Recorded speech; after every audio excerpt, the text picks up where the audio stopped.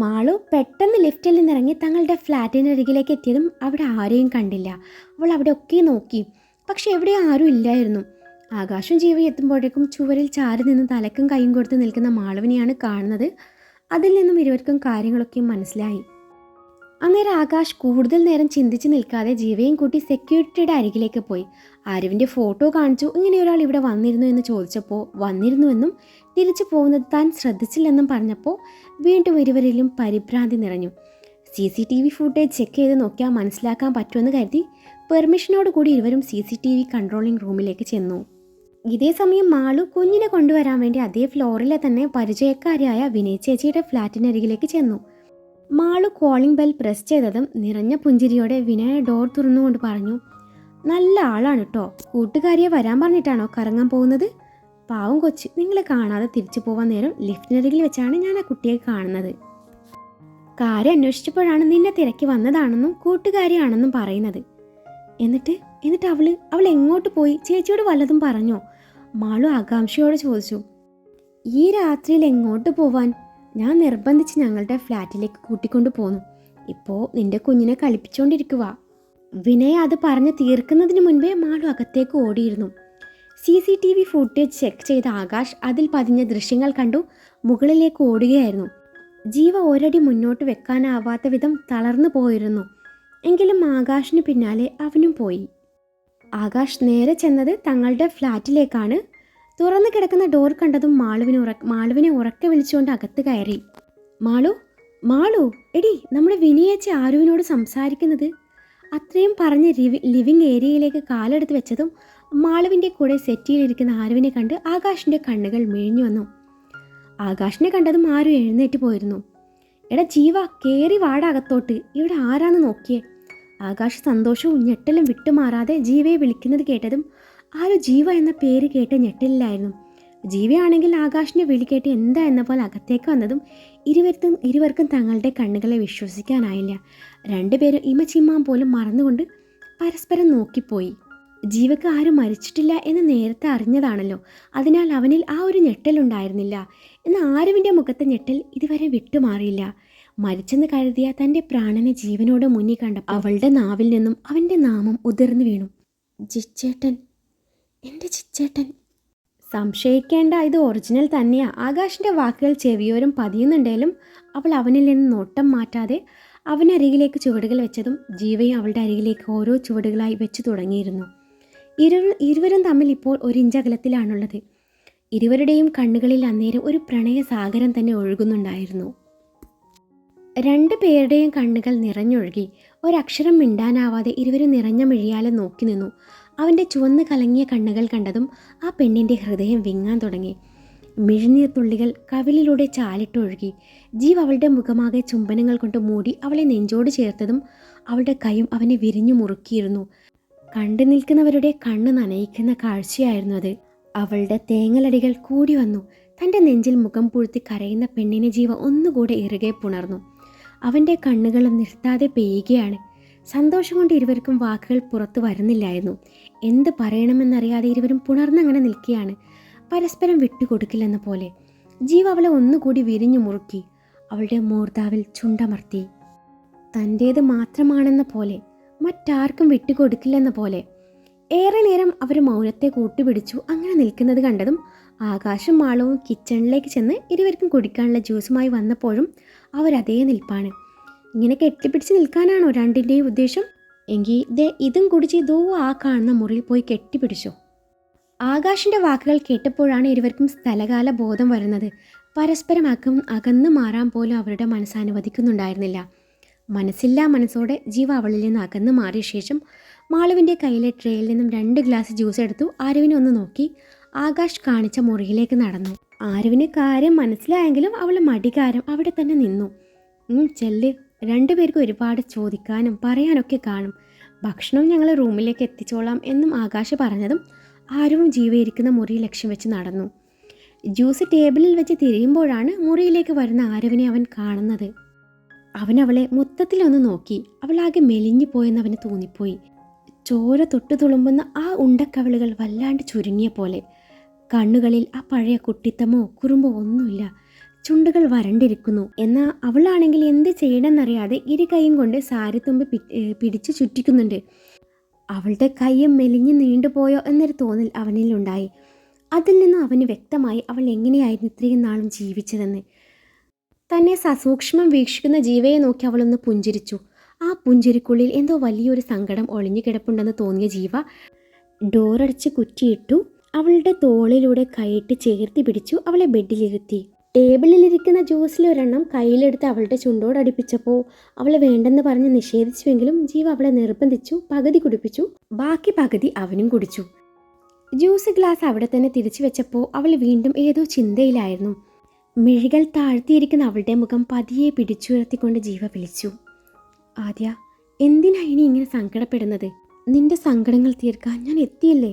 ഞാൻ ഇനി എന്നും നിന്റെ അരികെ തന്നെ ഉണ്ടാവും. നിന്നെ തനിച്ചാക്കി ഞാൻ എങ്ങും പോവില്ല. അവളുടെ കണ്ണിലേക്ക് ദൃഷ്ടിയൂന്നിക്കൊണ്ടവൻ അത് പറഞ്ഞതും അവളുടെ കണ്ണ് നിറഞ്ഞു വന്നു. നീർത്തുള്ളികൾ നിലം പതിച്ചു. ജിജേട്ടാ, എനിക്ക് പറ്റില്ലായിരുന്നു, അതുകൊണ്ടാ. എന്തോ പറയാൻ വന്ന ആരുവിനെ അതിനനുവദിക്കാതെ ജീവ അവളുടെ ചുണ്ടിന് കുറുകെ വിരൽ വെച്ചുകൊണ്ട് തടഞ്ഞു. എല്ലാം എനിക്കറിയാം, എല്ലാം. ഞാൻ നിന്നെ തനിച്ചാക്കി പോയത് മുതൽ ഈ നിമിഷം വരെ നിന്റെ ജീവിതത്തിൽ സംഭവിച്ചത് ഓരോന്നും ഞാൻ അറിഞ്ഞിരുന്നു. ഇനി ഇത് ഒരിക്കൽ കൂടി കേൾക്കാനുള്ള ശക്തി എനിക്കില്ല. അതുകൊണ്ട് വേണ്ട. അറിഞ്ഞോ അറിയാതെയോ ഞാനും അതിന് കാരണക്കാരനാണല്ലോ എന്നതാണ് എൻ്റെ സങ്കടം എന്നും പറഞ്ഞ് അവളെ ചേർത്ത് പിടിക്കുമ്പോൾ ജീവയുടെ കണ്ണും നിറഞ്ഞു തുളുമ്പുന്നുണ്ടായിരുന്നു. അവൻ്റെ കരച്ചിൽ കണ്ടിട്ട് അവൾക്ക് സഹിക്കുന്നുണ്ടായിരുന്നില്ല. അവൻ്റെ നെഞ്ചിൽ നിന്നും മുഖമുയർത്തി നിറഞ്ഞു വന്ന അവൻ്റെ കണ്ണുകൾ അവൾ തൻ്റെ ചുണ്ടുകളാൽ ഒപ്പിയെടുത്തു. അവൻ്റെ നെറ്റിയിൽ ചുണ്ട് ചേർക്കുമ്പോൾ അവളുടെ കണ്ണിൽ നിന്നും പൊഴിഞ്ഞു വീണ ഒരു തുള്ളി കണ്ണുനീർ അവൻ്റെ കവിളിനെ ചുട്ടു പൊള്ളിക്കുന്നുണ്ടായിരുന്നു. അവൻ അവളെ ഇറുകെ പുണർന്നു. വീണ്ടും ഇരുവരും ഒന്നും പറയാനാവാതെ ഏറെ നേരം അങ്ങനെ നിന്നു. ചിച്ചേട്ടാ, നമ്മുടെ മോള്, എനിക്ക് മൗനത്തെ ഭേദിച്ചുകൊണ്ട് ആരോ പറഞ്ഞു തുടങ്ങി. മോളെക്കുറിച്ചോർത്ത് ഇനി സങ്കടപ്പെടേണ്ട, അവൾ ഹാപ്പിയാ. ഇത്രയും ദിവസം അവൾ എൻ്റെ കൂടെ തന്നെ ഉണ്ടായിരുന്നു. അത് കേട്ടതും വിശ്വാസം വരാതെ ആരോ അവൻ്റെ നെഞ്ചിൽ നിന്ന് എഴുന്നേറ്റ് അവൻ്റെ മുഖത്തേക്ക് തന്നെ നോക്കി. സത്യം, നിനക്ക് നമ്മുടെ മോളെ കാണണ്ടേ എന്നും പറഞ്ഞ് ജീവ അവൻ്റെ ഫോണിലുള്ള അവളുടെ ഫോട്ടോസ് അവൾക്ക് കാട്ടിക്കൊടുത്തു. ആരും നിറഞ്ഞ കണ്ണാൽ ആ ഫോട്ടോയിലൂടെ വിരലോടിച്ചുകൊണ്ട് ഫോണിൻ്റെ സ്ക്രീനിലേക്ക് ചുണ്ടമർത്തി. ജീവയോടൊപ്പമുള്ള നൈനുവിൻ്റെ ഒരുപാട് ഫോട്ടോസ് അതിലുണ്ടായിരുന്നു. കണ്ടിട്ടും മതിവരാത്ത പോലെ അവൾ ഓരോ ഫോട്ടോയും വീണ്ടും വീണ്ടും നോക്കിക്കൊണ്ടിരുന്നു. എൻ്റെ തൊട്ടാവാടിയെപ്പോലെ സുന്ദരിയാ എൻ്റെ മോളും, പക്ഷേ ആ മൂക്കും കണ്ണും എൻ്റേതാ. ജീവ പറയുന്നത് കേട്ടതും ആരും നൈനുവിൻ്റെ ഫോട്ടോ സൂം ചെയ്ത് നോക്കാൻ തുടങ്ങി. അവളുടെ ചുണ്ടിൻ്റെ കോണിൽ നേർത്തൊരു പുഞ്ചിരി വിരിഞ്ഞതും ജീവ ഒന്നുകൂടി പറഞ്ഞു, പക്ഷേ നിന്നെപ്പോലെ തൊട്ടാവാടിയല്ല, എന്നെപ്പോലെ സ്ട്രോങ് ആണ് എൻ്റെ മോള്. അത് കേട്ടതും ആര് ചുണ്ട് കൂർപ്പിച്ച് അവനെ നോക്കി. ആ നോട്ടം അവനെ പലതും ഓർമ്മിപ്പിക്കാൻ പാകത്തിലുള്ളതായിരുന്നു. ഇങ്ങനെ നോക്കല്ല എൻ്റെ പെണ്ണെ. അവളുടെ കീഴ്ചുണ്ട് തൻ്റെ തള്ളവിരലാലും ചൂണ്ടുവിരലാലും ഞെരട്ടിക്കൊണ്ടവൻ വല്ലാത്ത ഭാവത്തിൽ പറഞ്ഞതും ആരവൻ്റെ നോട്ടം താങ്ങാനാവാതെ മിഴികൾ താഴ്ത്തി. ഇനി നാട്ടിൽ ചെന്നിട്ട് മോളെയും കൂട്ടി നമ്മുടെ വീട്ടിൽ ചെന്നിട്ട് വേണം ഒന്നേന്ന് തുടങ്ങാൻ. അത്രയും പറഞ്ഞവൻ നിർത്തി. അവൾ അപ്പോഴും തല കുമ്പിട്ട് നിൽക്കുകയാണ്. മോളെ കാണാൻ പോകുന്നു എന്നറിഞ്ഞിട്ടും നിനക്ക് എന്താ ഒരു സന്തോഷമില്ലാത്തത്? ജീവ അവളുടെ താടി പിടിച്ചുയർത്തിക്കൊണ്ട് ചോദിച്ചു. ഇല്ല, ഞാൻ എങ്ങോട്ടും ഇല്ല. വേണ്ട, എനിക്ക് ആരെയും കാണണ്ട.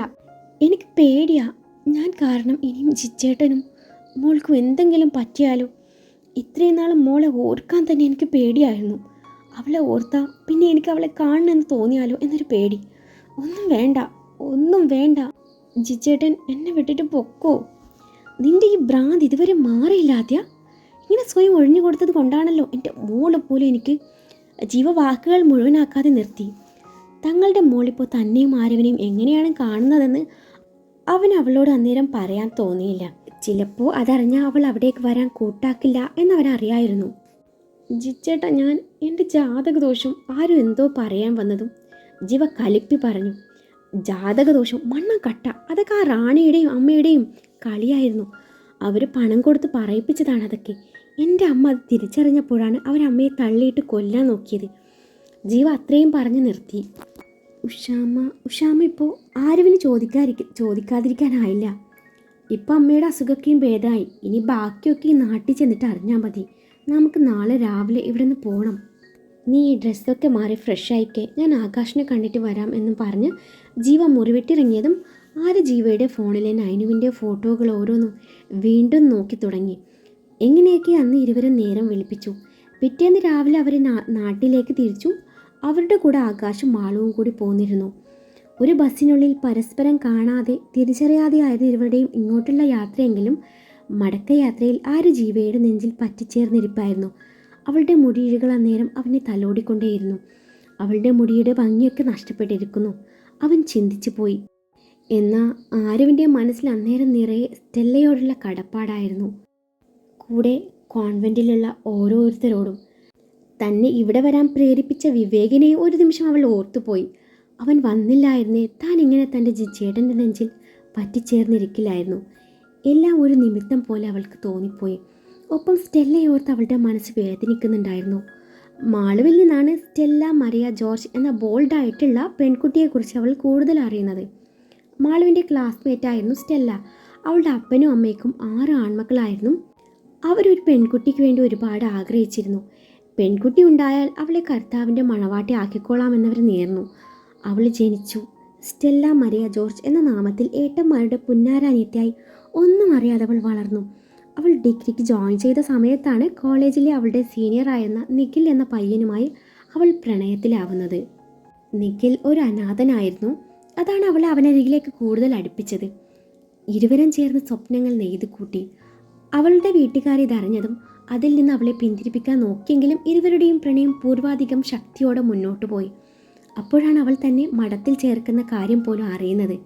അവൾ അതിനെ ശക്തമായി എതിർത്തു. പെട്ടെന്നൊരു നാൾ അവൻ്റെ ജീവനറ്റ ശരീരം കായലോരത്ത് നിന്ന് കിട്ടിയതും ഒന്ന് കരയാൻ പോലും ആവാതെ നോക്കി നിന്നതാണ് അവൾ. പിന്നീട് അവൾ കരയാൻ മാത്രമല്ല ചിരിക്കാൻ പോലും മറന്നു പോയിരുന്നു. പിന്നീട് അവൾക്ക് എല്ലാത്തിനോടും വാശിയായിരുന്നു. തൻ്റെ സ്വപ്നങ്ങൾ ഇല്ലാതാക്കിയവരോടുള്ള വാശി. ആ വാശിയാണ് അവളെ ഏതോ ഒരു മലയോര പ്രദേശത്തെത്തിച്ചത്. നൊന്തുപെറ്റ അമ്മയ്ക്ക് വേണ്ടി അവൾ മഠത്തിൽ ചേർന്നു. അല്ലെങ്കിലും നിഖിലില്ലാതെ അവൾക്ക് മറ്റൊരു ലോകമില്ലായിരുന്നു. പിന്നീട് അവൾ തൻ്റെ വീട്ടുകാരെ കണ്ടിട്ടേയില്ലായിരുന്നു. സങ്കടങ്ങൾ പുറത്ത് കാണിക്കാതെ അവൾ തൻ്റെ സങ്കടങ്ങളൊക്കെയും കേട്ട് നിന്ന് ആശ്വസിപ്പിക്കുമ്പോൾ താൻ അറിഞ്ഞില്ലല്ലോ അവളുടെ ഉള്ളിൽ ഇത്രയും വലിയ കനലെരിയുന്ന കാര്യം. അതോർത്തപ്പോൾ ആരുവിൻ്റെ കണ്ണിൽ നിന്നും ഒരു നീർത്തുള്ളി നിലം പതിച്ചു. അത് കണ്ടിട്ടാവണം ജീവയുടെ മുഖം ചുളുങ്ങിയത്.